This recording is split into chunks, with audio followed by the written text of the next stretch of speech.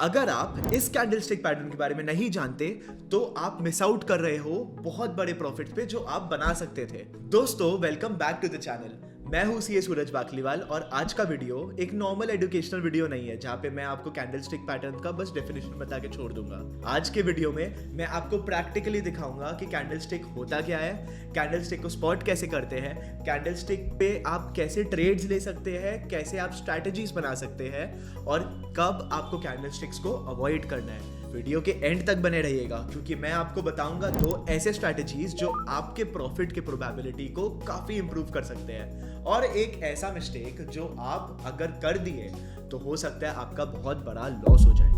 तो दोस्तों चालू करते हैं, लेकिन उसके पहले चैनल को सब्सक्राइब जरूर करिएगा क्योंकि हम अगले 3-4 वीडियोस में ऐसे स्ट्रैटेजीज डिस्कस करने वाले हैं जो हो सकता है काफी ट्रेडर्स ने सुनी भी नहीं होती है। एक बहुत इंपॉर्टेंट चीज, ये वीडियो एजुकेशनल पर्पस के लिए है, कोई ट्रेडिंग एडवाइस नहीं। तो दोस्तों देखिए, हम सीधा स्ट्रैटेजीज पे जंप नहीं करेंगे वरना आपको उतना ठीक से समझ नहीं आएगा। मैं आपको पहले बताता हूँ कि एक कैंडलस्टिक होता कैसा है। एक कैंडलस्टिक आप देखिए ऐसा होता है, इसे हम बॉडी कहते हैं और ये जो पतली लाइंस है इसे हम विक ऑफ द कैंडलस्टिक कहते हैं। एक कैंडलस्टिक आपको एक पूरे ट्रेडिंग सेशन का समरी बता देता है। जैसे आप मान लीजिए ये एक कैंडलस्टिक का पूरा लेंथ है, तो ये और ये पॉइंट आपको हाई और लो बताएंगे कि उस ट्रेडिंग सेशन में प्राइस कितना हाई गया और प्राइस कितना लो गया।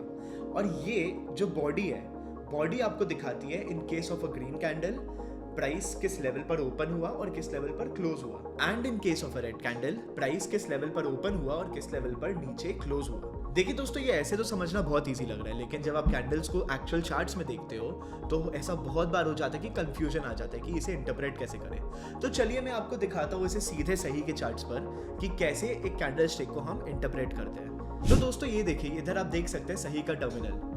हम सबसे पहले जाएंगे एक स्टॉक के स्क्रीन पर। यहाँ हो सकता है आपके पास बाय डिफॉल्ट कैंडलस्टिक पैटर्न्स ना हो और लाइन चार्ट्स हो।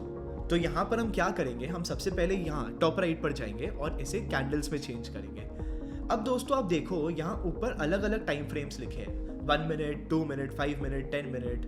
तो एक कैंडलस्टिक आप इधर जैसे देख सकते हो, नीचे लिखा है 11 फरवरी 2026 11:45।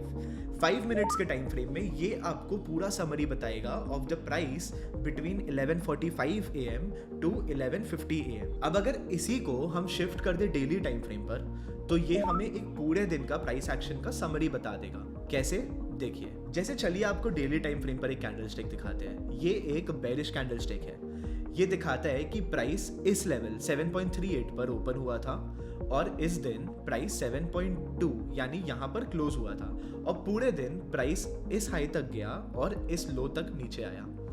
तो दोस्तों, अब जब आप एक कैंडलस्टिक के स्ट्रक्चर को समझ ही गए हैं, मैं आपको बताऊंगा about 2 types of candlestick patterns, single candlestick patterns and multiple candlestick patterns. आज हम वीडियो में खाली सिंगल कैंडलस्टिक पैटर्न्स पे ही फोकस करेंगे क्योंकि मल्टीपल कैंडलस्टिक को समझने के लिए हमें सिंगल पैटर्न्स को पहले समझना पड़ेगा। सबसे पहले मैं आपको बताऊंगा मेरे फेवरेट कैंडलस्टिक पैटर्न के बारे में, जो कि है मारुबोजू।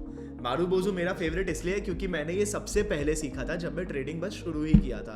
ऐसा इसलिए क्योंकि इसे यूज करके ट्रेड करने के लिए प्रायर ट्रेंड्स देखना उतना इंपॉर्टेंट नहीं होता, क्योंकि ये कैंडलस्टिक पैटर्न आपको दिखाता है about a sudden change in momentum. ये ग्रीन कलर का होता है एक बुलिश मारुबोजू और ये रेड कलर का होता है एक बेरिश मारुबोजू।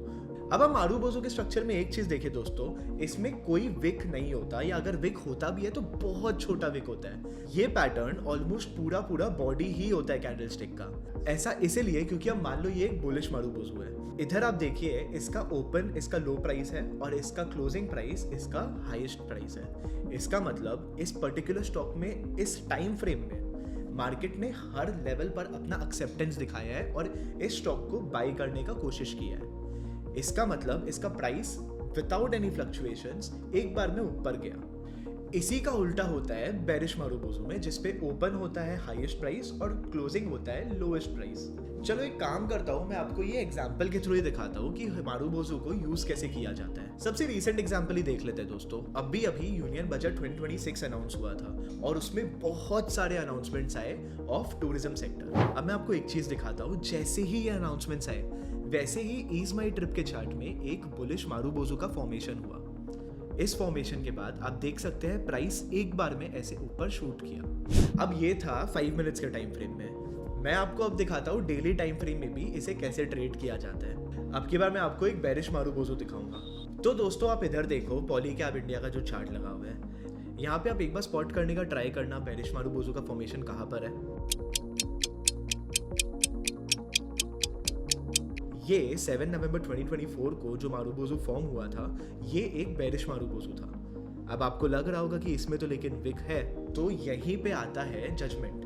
देखो, इसका विक बहुत ही छोटा विक है और आपको मार्केट में कभी भी परफेक्ट कैंडलस्टिक्स नहीं मिलेंगे, तो इसीलिए हम इसे एक वैलिड मारुबोजू कंसिडर कर सकते हैं। अब आप देखो, इस पे अगर कोई भी ट्रेडर यहाँ एंट्री लेता तो वो यहाँ 6962 के प्राइस पॉइंट पर स्टॉप लॉस लगाता और ट्रेलिंग स्टॉप लॉस भी यूज करता। जैसे जैसे ये नीचे जा रहा है ग्राफ, इधर कहीं आसपास उसका एसएल भी यहाँ कॉस्ट टू कॉस्ट हो जाता।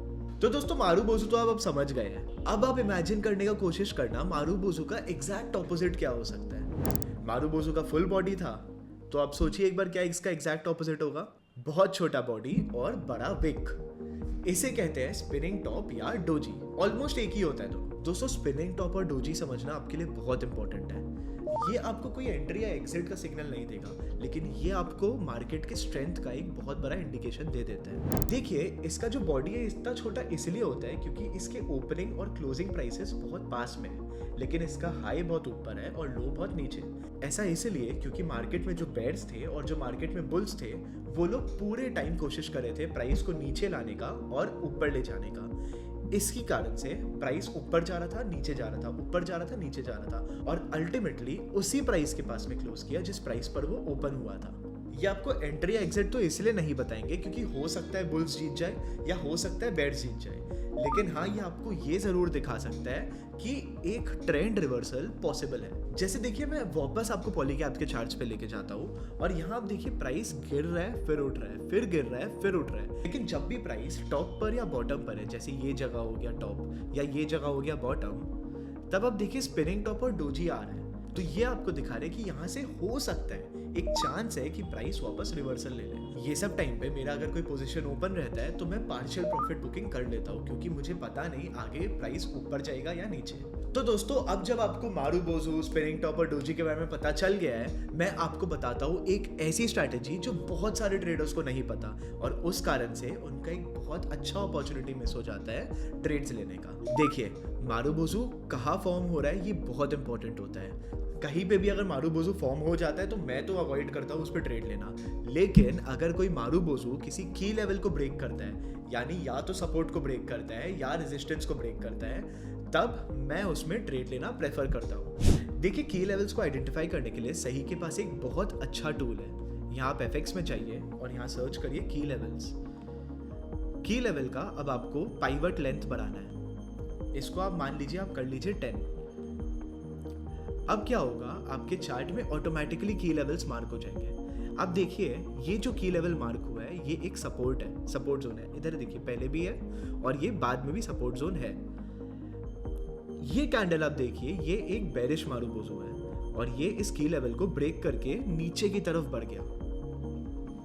यहाँ पर अगर आपको एंट्री लेना होता तो अगले कैंडल का आप वेट करते और यहाँ एंट्री लेते with a stop loss here. लेकिन आप ध्यान रखिएगा, बहुत बार क्या होता है, यही की लेवल्स पर मारुबोजू को ट्रेड करने के चक्कर में बहुत ट्रेडर्स एक बहुत बड़ी गलती कर देते हैं और उनका लॉस हो जाता है। अगर कोई की लेवल ब्रेक नहीं हो रहा है, तब एक बहुत हाई चांस है कि वहां से पैटर्न घूम जाएगा, क्योंकि वहां पे स्ट्रॉन्ग बुल्स या बेयर्स बैठे हैं। यहाँ पर आप देखिए, वापस हम लोग बीएसई के चार्ट पर चलते हैं। यहाँ भी एक ऑलमोस्ट बेरिश मारुबोजू का फॉर्मेशन है, लेकिन सपोर्ट के थोड़ा ऊपर। अब इस सपोर्ट जोन पे बहुत सारे बुल्स बैठे हैं। तो यहाँ पर क्या हुआ, क्योंकि ये सपोर्ट जोन ब्रेक नहीं हुआ था, ये बुल्स वापस प्राइस को ऊपर की तरफ पुश कर दिए और यहाँ पर एक रिवर्सल हो गया इंस्टेड ऑफ कंटिन्यूएशन। तो आपको ऐसे मारुबोजू से बच के रहना है जो एकदम की लेवल पर फॉर्म हो रहे हो लेकिन की लेवल को ब्रेक नहीं कर रहे हो। अब आपको लग रहा होगा कि की लेवल ब्रेक होने पे ट्रेड लिया जाता है, ये तो सबको पता है। तो अब मैं आपको बताने जा रहा हूँ एक ऐसा एडवांस स्ट्रैटेजी जो बहुत ही कम ट्रेडर्स को पता है, और जिन ट्रेडर्स को पता है उन्होंने बहुत अच्छे अच्छे ट्रेड्स भी लिए हैं। तो दोस्तों, इसमें क्या होता है, जब भी आप देखते हैं कि लाइन से कोई भी 3 या 4 कैंडल एक रेंज में कंसोलिडेट कर रहे हो, कंसोलिडेशन हो रहा है, मतलब ना ही प्राइस बहुत ऊपर जा रहा है ना ही प्राइस बहुत नीचे आ रहा है, ऐसे साइडवेज, ऑलमोस्ट साइडवेज चल रहा है। तो इस रेंज में जब भी कोई मारूबोजू फॉर्म हुए जो या तो ऐसे ऊपर प्राइस का ब्रेकआउट दे या ऐसे नीचे ब्रेकडाउन दे प्राइस का, तो उसे ट्रेड कर सकते हैं। अब चलो मैं आपको दिखाता हूँ ये स्ट्रैटेजी सीधे चार्ट पे। अब आप देखो, ये है संवर्धना मदरसन का चार्ट। यहाँ पे 17 सितंबर 2025 से 23 सितंबर 2025 तक आप देख सकते हो चार्ट एक रेंज में था। तो इस रेंज को चलो हम मार्क कर लेते हैं। यहाँ आप ड्राइंग टूल में जाएंगे और रेक्टेंगल सेलेक्ट करेंगे और यहाँ पर आप मार्किंग कर लेंगे ऐसे। अब आप देखिए, ये जो 23 सितंबर के जस्ट बाद वाला कैंडल है, 24 सितंबर वाला, ये इस रेंज पर ब्रेकडाउन दे रहा है। यानी जो नीचे वाला सपोर्ट बन रहा था यहाँ पे छोटा सा, वहां पर ये ब्रेकडाउन दे रहा है और यहाँ से चार्ट सीधा ऐसे नीचे गया है अगले की लेवल तक। यहाँ पे अगर मुझे एंट्री लेना होता तो मैं अगले ही दिन कैंडल पर एंट्री ले लेता और इसका स्टॉप लॉस सेट करता at 50% of the candlestick size. फिर जैसे जैसे प्राइस नीचे जाता, ऑफ कोर्स इस पे मैं ट्रेलिंग स्टॉप लॉस भी लगा देता। तो दोस्तों, उम्मीद करता हूँ आपको ये सारे स्ट्रैटेजी सीखने में बहुत मजे आए। आज का वीडियो में हमने सबसे पहले सीखा एक कैंडलस्टिक क्या होता है, उसके बाद हम देखे मारूबोजू क्या होता है, फिर हम स्पिनिंग टॉप और डोजी को समझे और फिर मैं आपको बताया about the first strategy which was marubozu breaking key levels. लेकिन यहाँ पे मैं आपको एक मिस्टेक के भी बारे में बताया जो बहुत बड़ा मिस्टेक हो सकता है, which is marubozu formation at key levels without breaking the key level. और फाइनली मैंने आपको मारूबोजू का एडवांस स्ट्रैटेजी बताया which was breaking of range. तो दोस्तों, इस वीडियो को लाइक जरूर करना और अपने ट्रेडिंग फ्रेंड्स के साथ जरूर शेयर करना। और अगर आपको ऐसे और स्ट्रैटेजीज के बारे में जानना है तो इस चैनल को सब्सक्राइब जरूर करना। मिलते हैं नेक्स्ट वीडियो पे।